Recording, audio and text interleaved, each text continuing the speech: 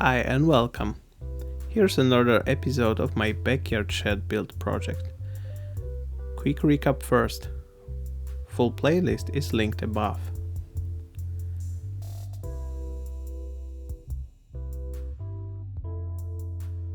After fixing the doors, I painted them and added panels for a test fit.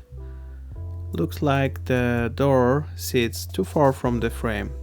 That might be a problem when opening.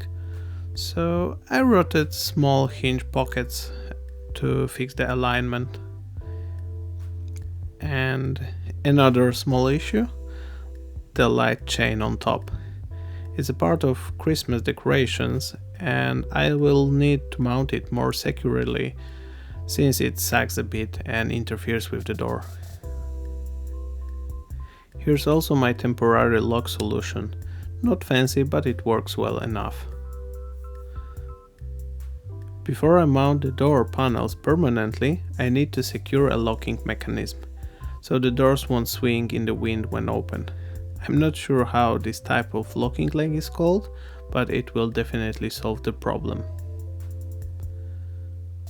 Alright, time to fix some panels. I made this simple rig using clamps. It lets me move the panel up, down, left and right, but it won't fall off. I'm using 3mm shim to leave space for wood movement, which is especially important for outdoor builds. Once the shims are in place and the panel is aligned, time to screw it down. And another one, same process, rig, shims, torque screws. The shims don't need to be perfect, but they really speed up the work. Oh, now here's a tricky one. See the gap? Top shim looks fine, bottom is fine too, but there's a big space in the middle. To fix this, I need to push the center of the panel slightly left. Since the space is tight, an air pillow is the perfect tool for that.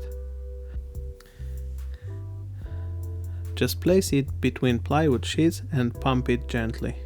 See how smoothly the panel adjusts?